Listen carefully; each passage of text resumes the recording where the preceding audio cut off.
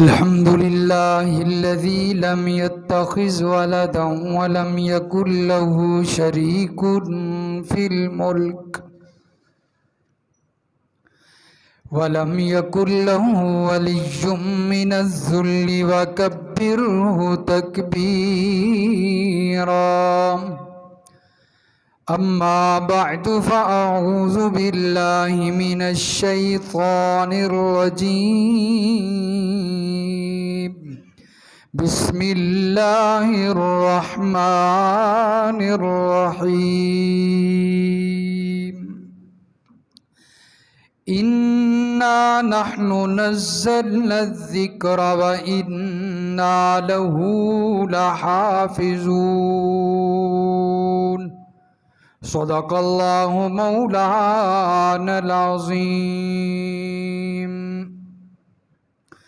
وقال صاحب القرآن صلى الله عليه وسلم: إن الله يرفع بهذا الكتاب أقواما ويضع به آخرين.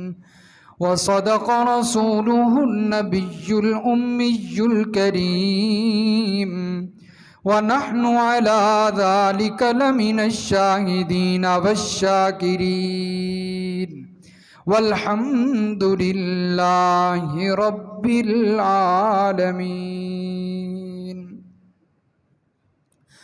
اللهم صل على محمد وعلى آل محمد كما صليت على إبراهيم وعلى آل إبراهيم إنك حميد مجيد. اللهم بارك على محمد وعلى آل محمد كما باركت على إبراهيم وعلى آل إبراهيم إنك حميد مجيد. مغوی تو ملیں گے تمہیں شیطان سے بدتر، مغوی تو ملیں گے تمہیں شیطان سے بدتر، پر ہادی نہ ملے گا کوئی قرآن سے بہتر.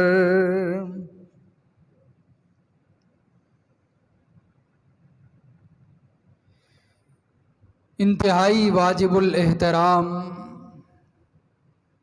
برادران اسلام، معزز سامعین، محترم بزرگوں، عزیز دوستو، السلام علیکم.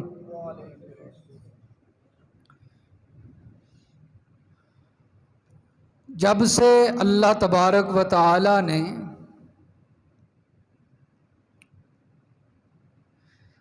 قرآن مجید فرقان حمید اپنے محبوب پیغمبر امام الانبیاء فخر الرسل خاتم النبیین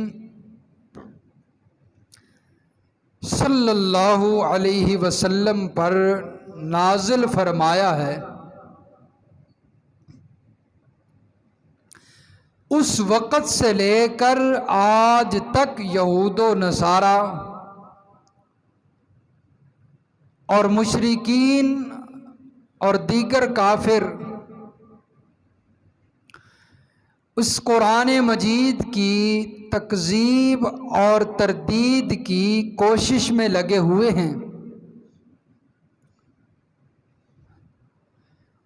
اور ہمیشہ وہ یہ بات چاہتے ہیں کہ کسی طریقے سے یہ قرآن اور قرآن کی دعوت بند ہو جائے.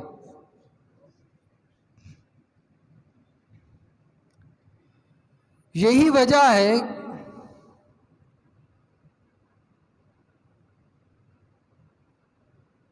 کہ انہوں نے اس قرآن مجید کو منزل من اللہ ہونے کا انکار کیا.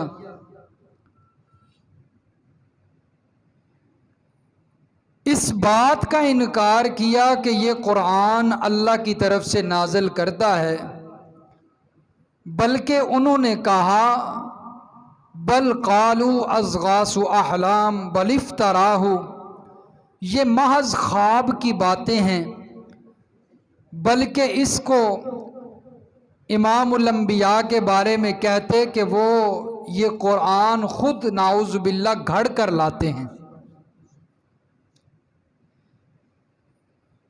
کبھی انہوں نے کہا نہیں، بل افتراہ بل ہوا شاعر، یہ شاعر کا کلام ہے۔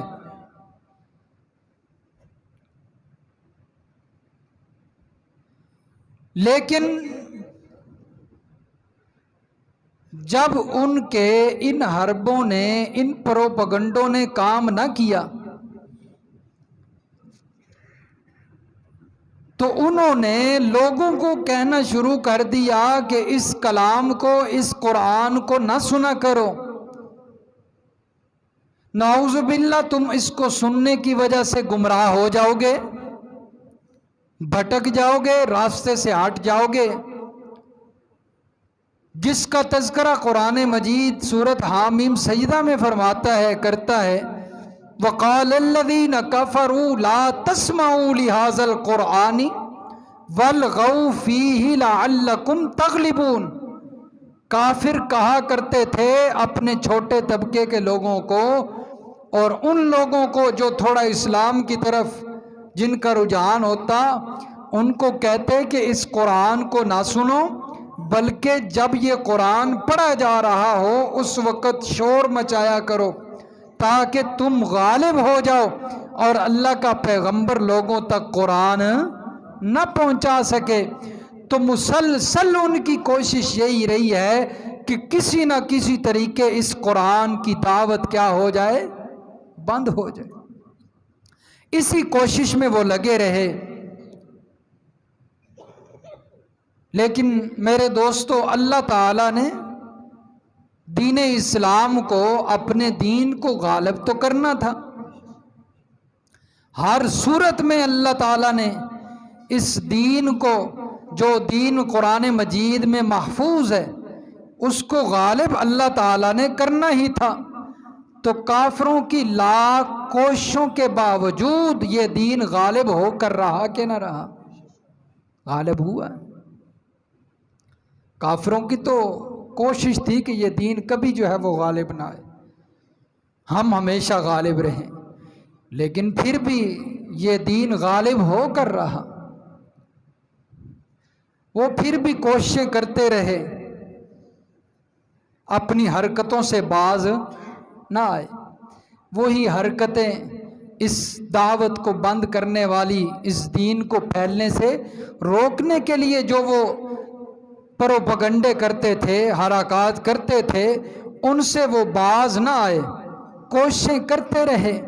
کبھی تو نعوذ باللہ اس قرآن مجید کے اوراق کو واش روم میں بہایا گیا، کبھی نعوذ باللہ قرآن مجید کے اوراق کو ٹیشو بنا کر استعمال کیا گیا، کبھی نعوذ باللہ اس کو آتش اور آگ میں جلا دیا گیا۔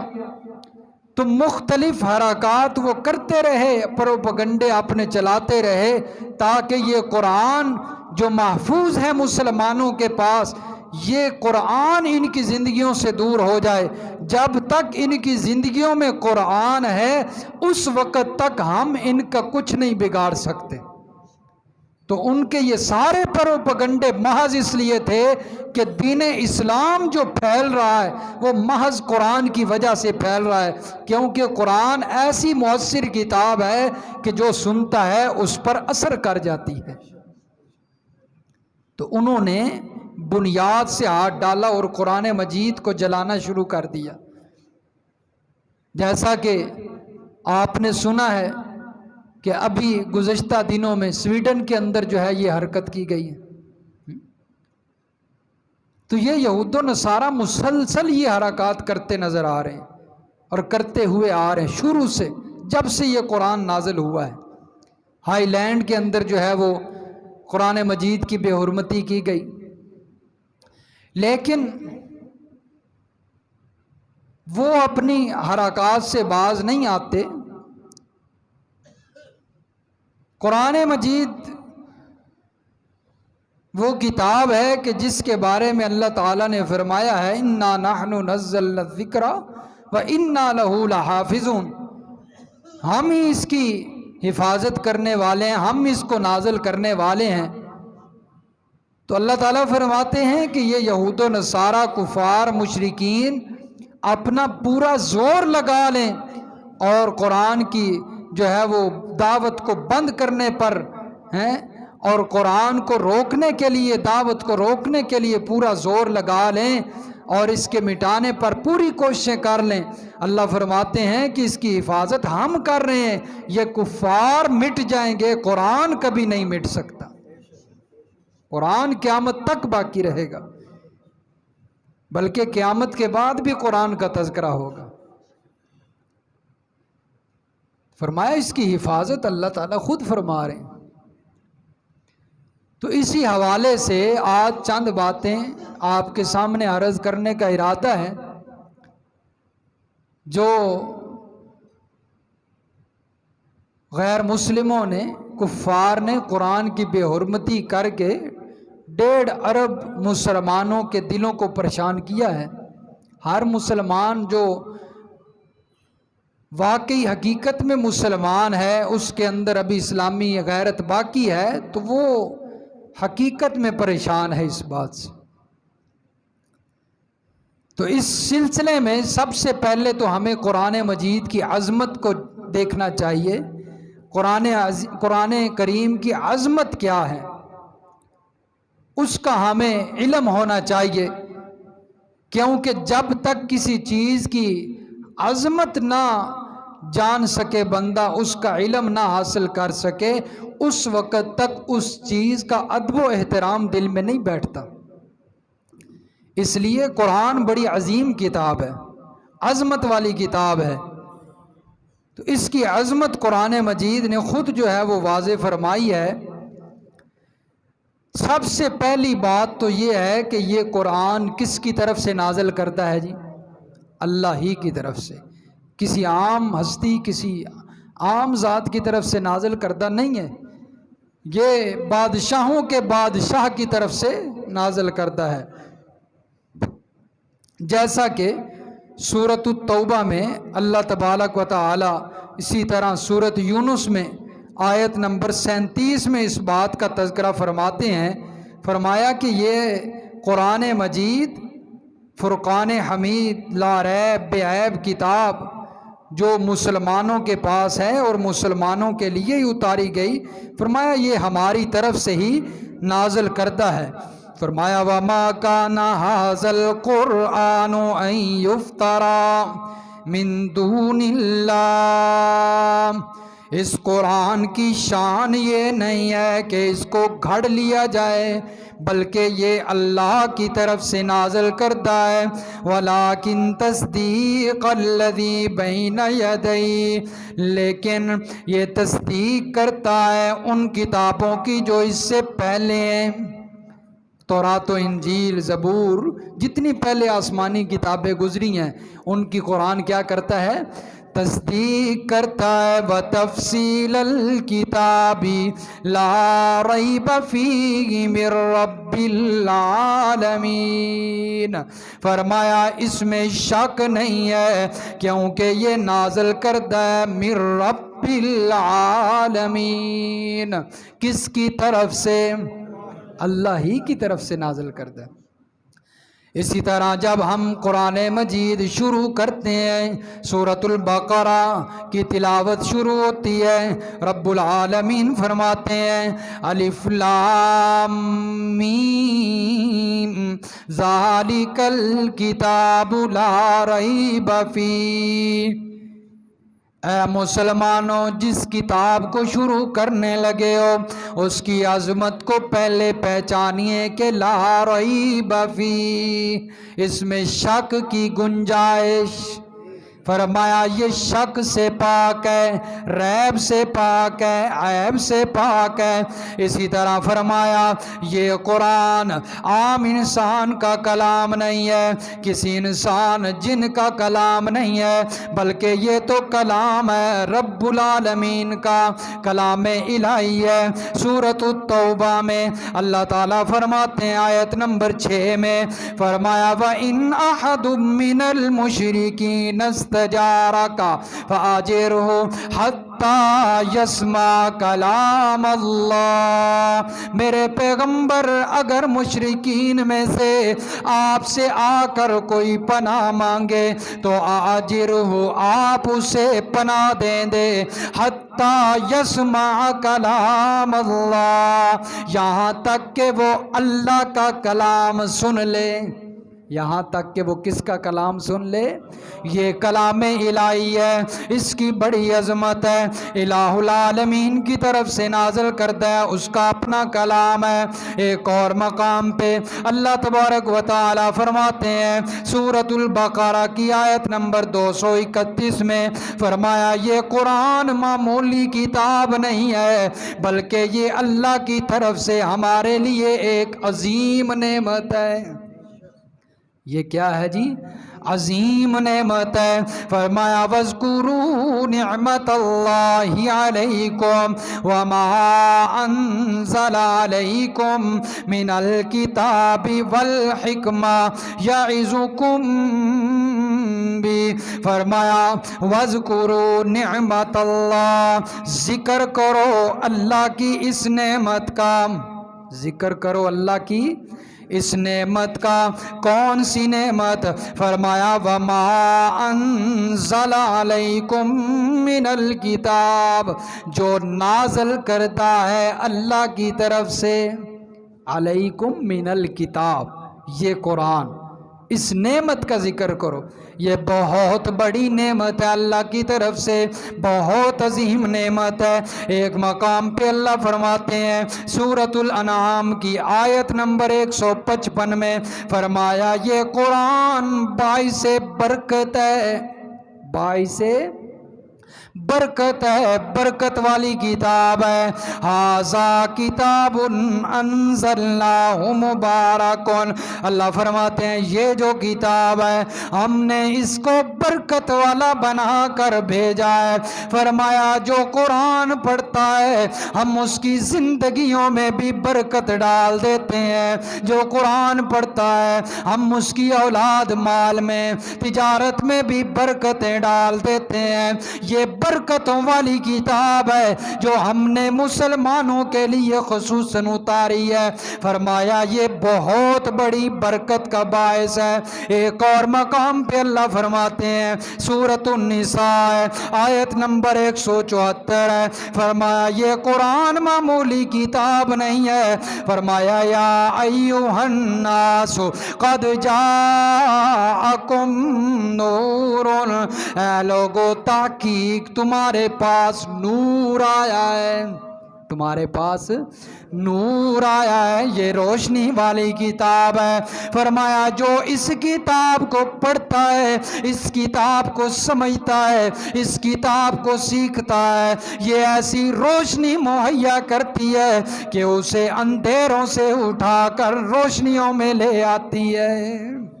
یہ نور والی کتاب ہے، یہ روشنی ہے انسانوں کے لیے۔ ایک اور مقام پہ اللہ فرماتے ہیں یہ وہ کتاب ہے جس کو ہم نے محفوظ بنایا ہے، ہر قسم کے تغیر اور تبدل سے پاک بنایا ہے۔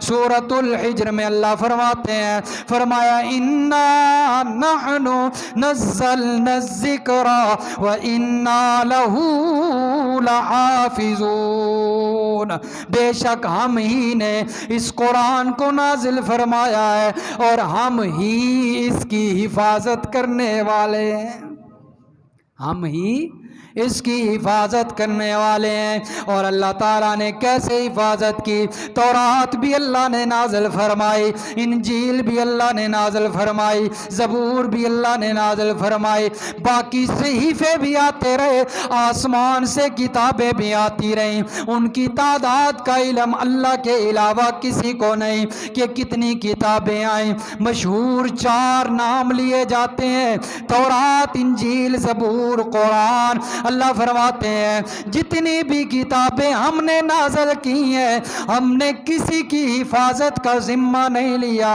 لیکن جب قرآن نازل کیا، اللہ فرماتے ہیں ہم نازل بھی کر رہے ہیں میرے پیغمبر، اور ہم اس کی حفاظت بھی خود ہی کریں گے۔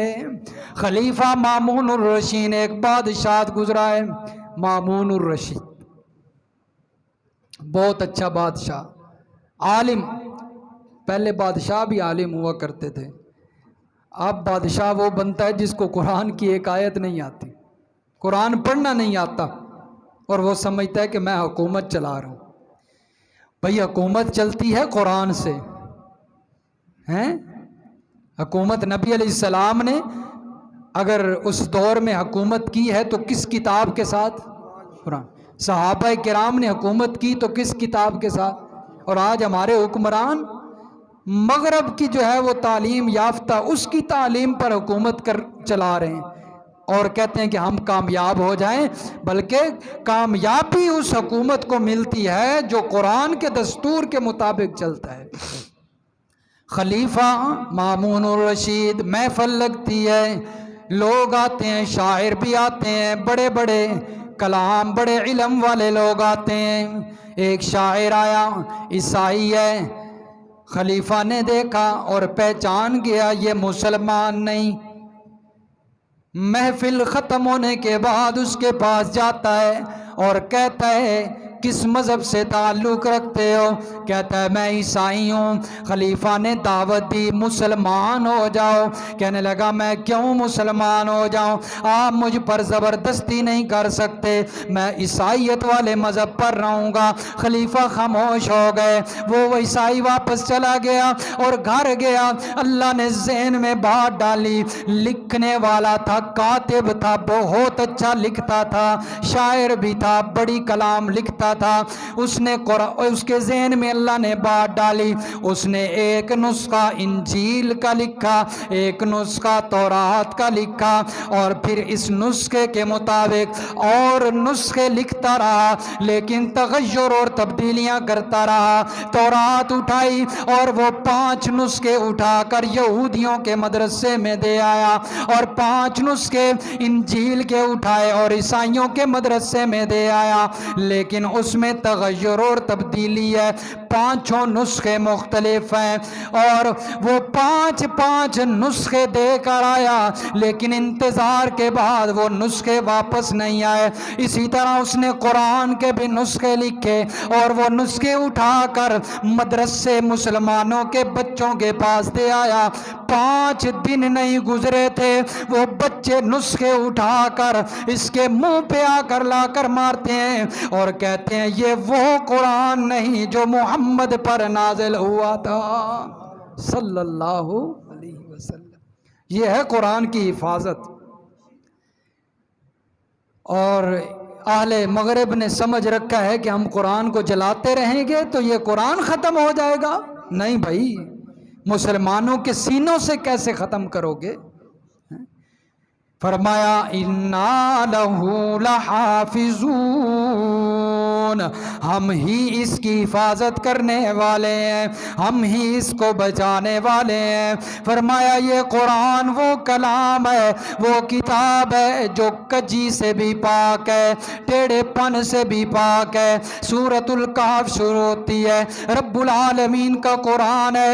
فرمایا الحمدللہ الذی انزل علی عبدہ الکتاب ولم یجعل لہ عوجا، تمام تعریفیں اس ذات کے لیے ہیں، الذی، جس ذات نے انزل علی عبدہ، اپنے بندے پہ قرآن نازل کیا ہے۔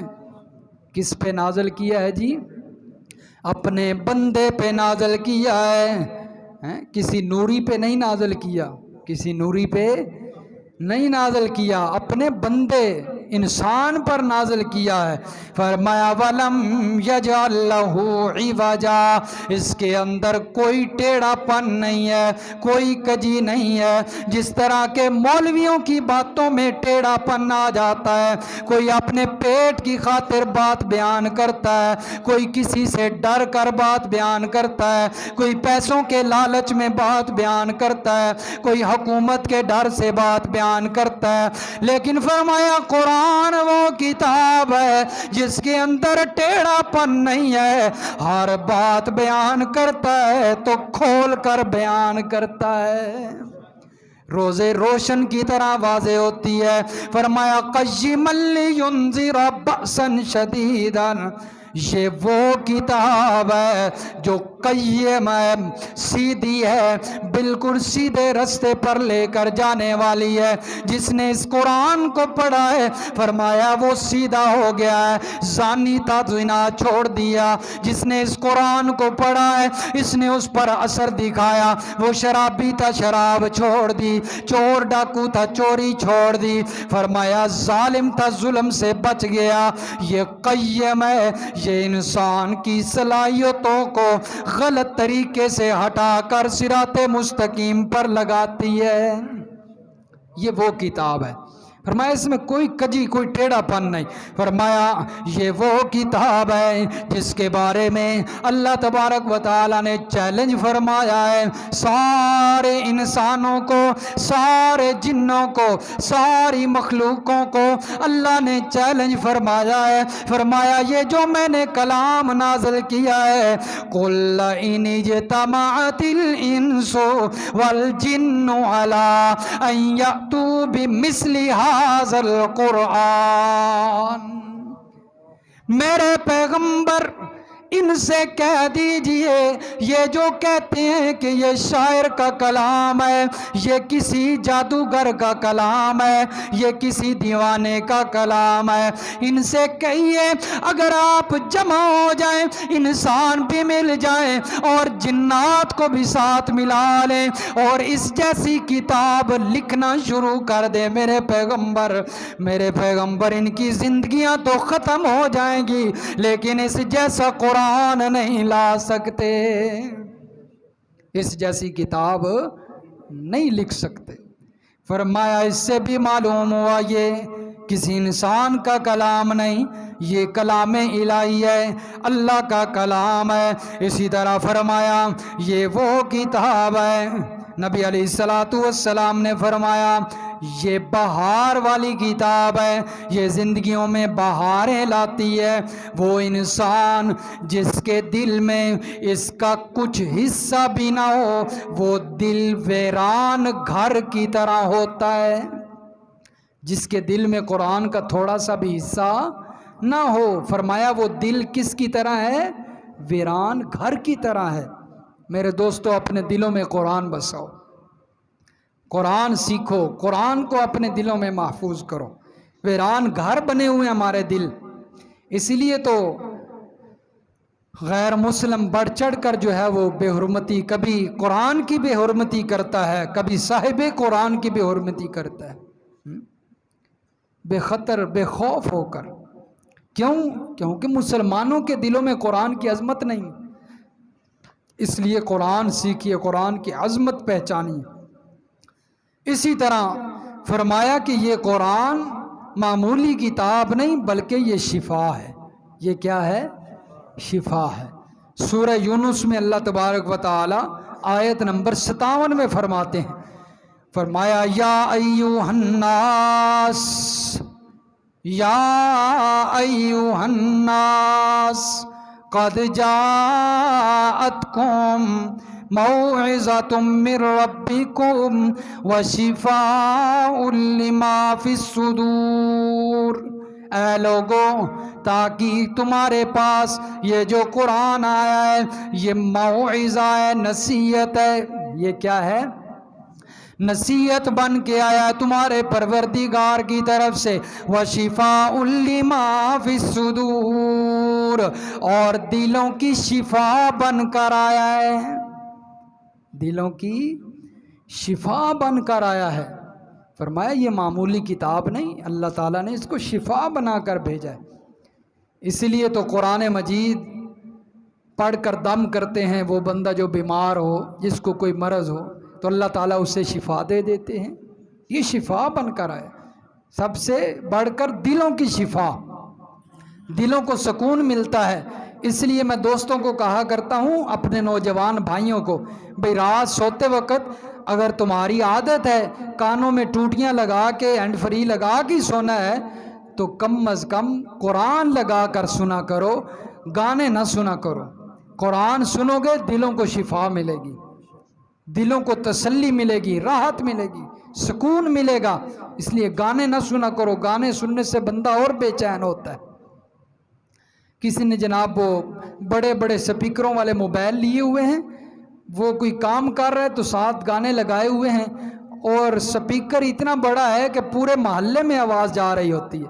اور بھائی یہ گناہ اگر تو کر رہا ہے تو باقیوں کو تو اس گناہ میں شامل نہ کرنا، زبردستی دوسروں کو بھی گناہ میں شامل کر رہا ہے۔ پیسے اکیلے نے بھرے ہیں اور گناہ میں دوسروں کو بھی شامل کر رہا ہے۔ اس لیے میرے دوستو، ہینڈ فری لگا کر گانے نہ سنا کرو، قرآن سنا کرو۔ گانے سننے والے کے بارے میں میرے محبوب نے فرمایا، جو گانے سنتا ہے، کیا ایک تو بات فرمائی کہ یہ گانا جو ہے یہ دل میں تنبت النفاق، نفاق پیدا کرتا ہے، منافقت پیدا کرتا ہے، الغناء ينبت النفاق۔ اور دوسری بات فرمایا، آخرت میں گانے سننے والے کی سزا کیا ہے کہ اللہ تعالیٰ شیشہ پگھلا کے کانوں میں ڈالیں گے۔ برداشت ہو جاتا ہے؟ نہیں ہوتا۔ تھوڑی سی آگ نہیں برداشت ہوتی، گرم گرم شیشہ جائے گا تو ہاتھ نہیں لگانے ہوتا۔ اس لیے گانے سننے سے پرہیز کریں، قرآن سنا کریں، یہ دلوں کو تسلی بخشتا ہے۔ فرمایا یہ دلوں کی شفا ہے۔ اسی طرح میرے محبوب نے فرمایا، ان اللہ یرفع بہذا الکتاب اقواما ویضع بہ آخرین۔ اللہ تعالیٰ نے یہ جو قرآن نازل کیا ہے، یہ قرآن یرفع بہذا الکتاب اقواما، یہ عزتیں بخشتا ہے، اس قرآن سے محبت یہ قرآن سے اپنے سینے سے لگاتا ہے جو بندہ، اللہ تعالیٰ اس قرآن کی برکت سے اسے عزتیں عطا کرتے ہیں۔ وَيَضَعُ بِهِ آخَرِينَ، اور جو قرآن سے دور ہوتا ہے اللہ تعالیٰ اسے ذلیل کر دیتے ہیں۔ تو اس لیے قرآن وہ کتاب ہے جس کو پڑھنے سے اور جس کو پہچاننے سے، دل میں بسانے سے عزتیں ملتی ہیں۔ اس لیے جو بندہ عزت چاہتا ہے تو قرآن کے قریب آئے۔ تو میرے دوستو، قرآن کی بڑی عظمت ہے، اللہ تبارک و تعالیٰ نے جو بیان فرمائی ہے۔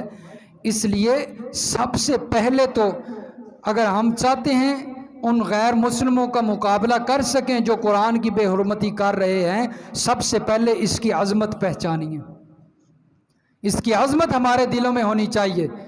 جب عظمت دلوں میں ہوگی تو اس کا ادب و احترام دلوں میں آئے گا، پھر ہم اس کا دفاع بھی ضرور کریں گے۔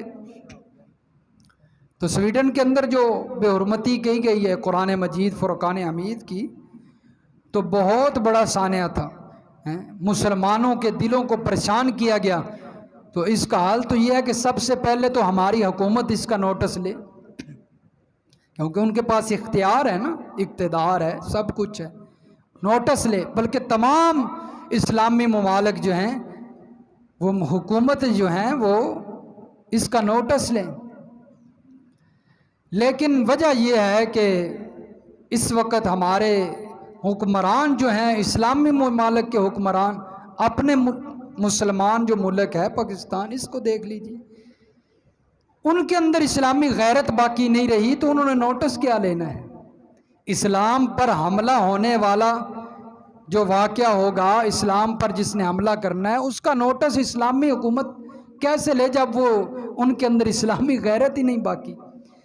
اب تو امریکہ والے بھی ہمیں تانا دینا شروع کر دیا انہوں نے بھی، کہ یہ جو مسلمان ہیں، اسلامی حکومتیں ہیں، یہ تو $10 نہیں ہوتے ہیں، $10 اس کے عوض میں اپنی ماں کو بھی بیچنے کے لیے تیار ہیں۔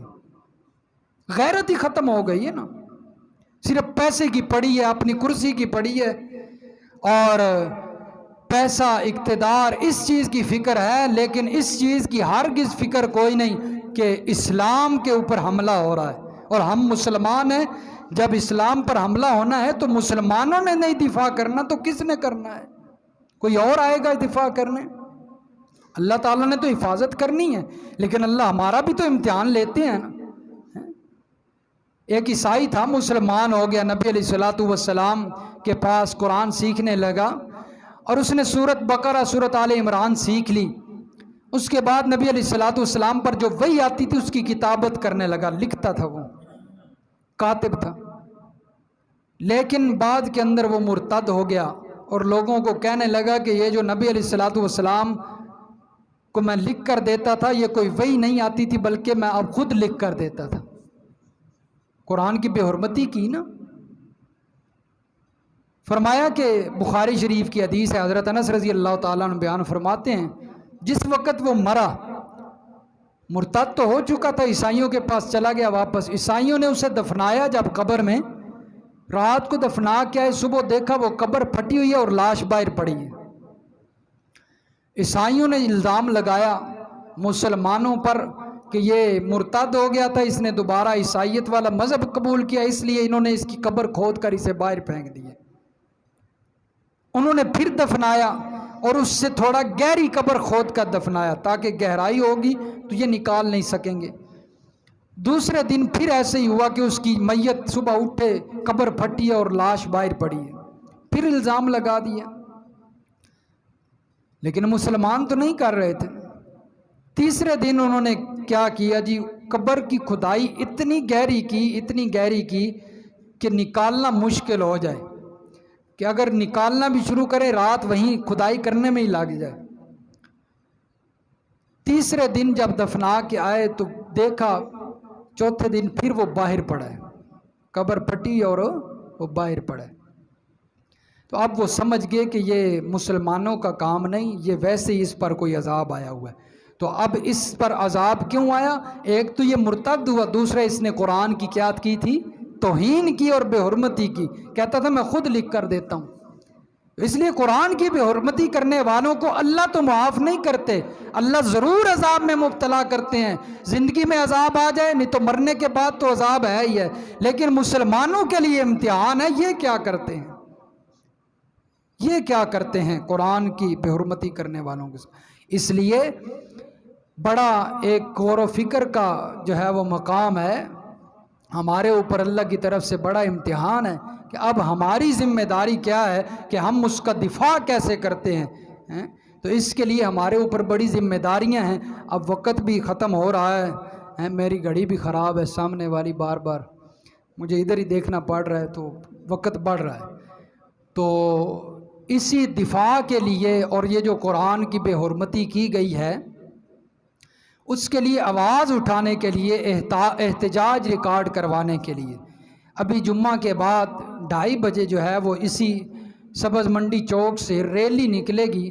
تو تمام احباب جو ہے وہ قرآن سے محبت کرنے والے لوگ جو ہے وہ اپنی محبت کا اظہار کرتے ہوئے ضرور اس ریلی کے اندر شریک ہوں اور اپنا احتجاج ریکارڈ کروائیں اور اپنی محبت کا جو ہے وہ اظہار کروائیں کہ ہمیں کتنی قرآن سے محبت ہے۔